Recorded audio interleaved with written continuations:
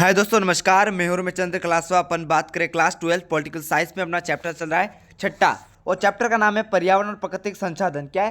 पर्यावरण और प्राकृतिक संसाधन। इसमें अपना टॉपिक चल रहा है पर्यावरण के मसले पर, यानी कि पर्यावरण के मसले पर भारत का पक्ष क्या है। यानी कि एक बार लिख के बता देता हूं, पर्यावरण के मसले पर भारत का पक्ष क्या है ना। ये अपना टॉपिक रहेगा और ये काफ़ी इंपॉर्टेंट है। पूरे चैप्टर में काफ़ी इंपॉर्टेंट चैप्टर यही है, क्योंकि अभी तक ये एग्जाम में आया नहीं। अब संभावना पूरी आने की संभावना, इसलिए मैंने इस टॉट्स के जरिए इस टॉपिक को आपको पढ़ाने की किया है। इसलिए इस टॉपिक को मैंने नोट्स के रूप में आपको बताया है। और आपको जो मैं इस नोट्स के जरिए मैं जो आपको पढ़ा रहा हूँ वो एग्जाम में 99% मैं कह रहा हूँ एग्जाम में छपने की पूरी संभावना है। अगर छप गया तो आपको पॉइंट वाइज पॉइंट बना के आपको लिखना है। अब बात करते हैं पर्यावरण के मसले पर भारत का पक्ष क्या है। यानी कि जो पर्यावरण का मसला हुआ है, यानी कि पर्यावरण का प्रदूषण हो रहा है, उसके ऊपर भारत का क्या पक्ष है, उसके ऊपर बात करते हैं अपन। ओके, तो सबसे पहले अपना पॉइंट है कि भारत ने 2002 में क्योटो प्रोटोकॉल में हस्ताक्षर किया। यानी कि भारत ने 2002, प्रश्न ये आ गया कि भारत, एक नंबर में क्वेश्चन ये उठता है कि भारत ने क्योटो प्रोटोकॉल पर साइन कब किए, हस्ताक्षर कब किए। तो 2002 में किए। कब किया? 2002 में किए। ये मैंने आपको बता रहा हूँ 2002 में किए, ये आपको ध्यान रखना है। और सेकंड अपना पॉइंट है, अपना सेकंड पॉइंट क्या है कि ऐसा माना जाता है कि भारत और चीन भी जल्दी ही ग्रीन हाउस गैसों के उत्सर्जन में आगे नजर आएंगे। अब प्रश्न ये कह रहा है कि टॉपिक ये कह रहा है कि ऐसा माना जाता है कि भारत और चीन, यानी कि जो भारत और चीन है, जो कि विकसित देश नहीं है, विकासशील देश है, यानी कि अभी विकास की तरफ बढ़ रहे हैं। भारत और चीन क्या बढ़ रहे हैं? विकास की तरफ बढ़ रहे हैं। तो ये विकास की तरफ बढ़ रहे हैं, तो ये विकसित होने के बाद क्या पर्यावरण को प्रदूषित करने में पूरा जिम्मेदार निभाएंगे। तो ये ऐसा ये भारत खुद मान रहा है कि भारत कह रहा है कि ऐसा माना जाता है कि भारत और चीन भी जल्दी ही ग्रीन हाउस गैसों, यानी ग्रीन हाउस गैसों के लिए उत्सर्जन में आगे नजर आएंगे। ये किसका कहना है? भारत का कहना है। उसके बाद थर्ड पॉइंट आता है अपना, कि थर्ड पॉइंट कह रहा है कि भारत का कहना है, यानी कि भारत का कहना है कि ग्रीन हाउस गैसों को कम करने से सबसे ज्यादा जिम्मेदारी विकसित देशों की होनी चाहिए, यानी कि विकसित देशों की होनी चाहिए। रुको एक मिनट, हो गए, एक बार मैं इसको पेन को एक बार हटा देता हूँ ये यहाँ से। हाँ, अब आता है अपना, हाँ, अब आता है कि थर्ड पॉइंट क्या कह रहा है। अपने थर्ड पॉइंट के बारे में बात करते हैं कि थर्ड पॉइंट कह रहा है भारत का कहना है कि ग्रीन हाउस गैस, यानी ग्रीन हाउस गैसों को कम करने में सबसे ज्यादा जिम्मेदारी विकासशील देशों की होनी चाहिए। तो विकासशील देश क्या होता है? विकसित देश की होनी चाहिए। तो विकसित देश का मतलब होता है कि जो देश अमीर है, जैसे अमेरिका, रूस, ब्रिटेन, फ्रांस, जापान,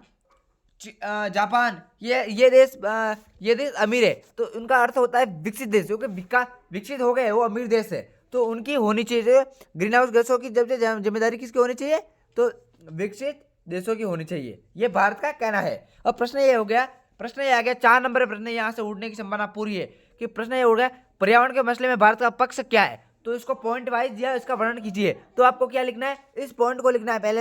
पहला है भारत ने 2002 में प्रोटोकॉल हस्ताक्षर। ये पूरा टॉपिक आपको लिखना है, तो 4 नंबर आपको आराम से मिलेंगे।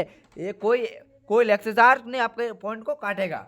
अब बात करते हैं कि पॉइंट नंबर 14 पर भारत का ग्रीन हाउस गैसों का उत्सर्जन, यानी कि भारत का ग्रीन हाउस गैसों का उत्सर्जन कब से कब 0.9 टन, यानी कि 0.9 टन 2000 तक था।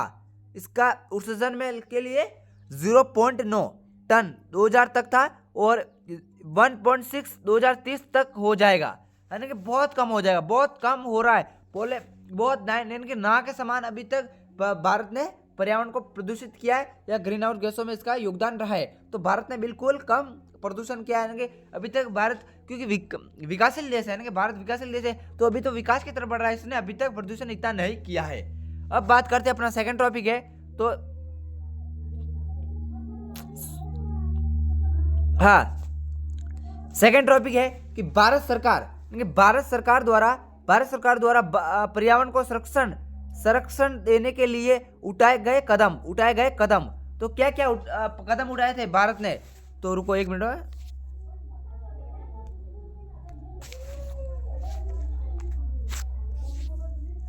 इसको मिटा रहे हैं। हाँ, अब आता है अपना टॉपिक, कह रहा है, रुको एक मिनट, इसको पेन को यूज करते हैं एक बार।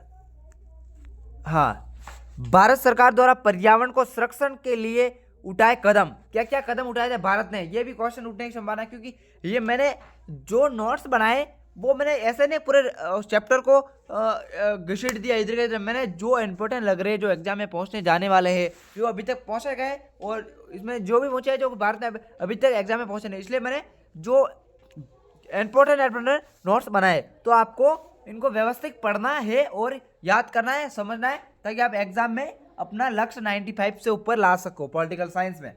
अब बात करते हैं भारत क्या कह रहा है, क्या क्या कदम उठाए भारत ने अपनी नेशनल ऑटो फ्यूज पॉलिसी में बदलाव किया, यानी कि नेशनल ऑटो फ्यूज पॉलिसी में बदलाव किया। और सेकंड बदलाव क्या किया था, भारत ने स्वच्छता इंजन का अनिवार्य कर दिया, यानी कि स्वच्छता इंजन का अनिवार्य कर दिया।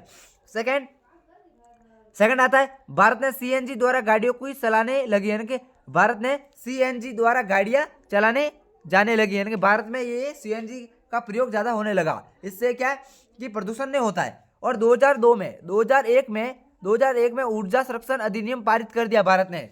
कब किया था? अब प्रश्न यहां से उठता है, भारत ने ऊर्जा संरक्षण अधिनियम पारित कब किया? तो 2001 में किया। याद रखिए, एक नंबर काफी इंपॉर्टेंट क्वेश्चन बढ़ता है यहां से, कब किया। और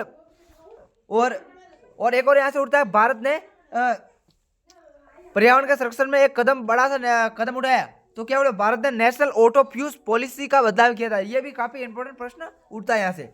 अब होता है कि एक और पॉइंट अपना कि 2003 में बिजली अधिनियम पारित किया था। अब प्रश्न ये दोनों काफी इंपॉर्टेंट, यह प्रश्न ये दोनों एक प्रश्न उठ के हो सकता है।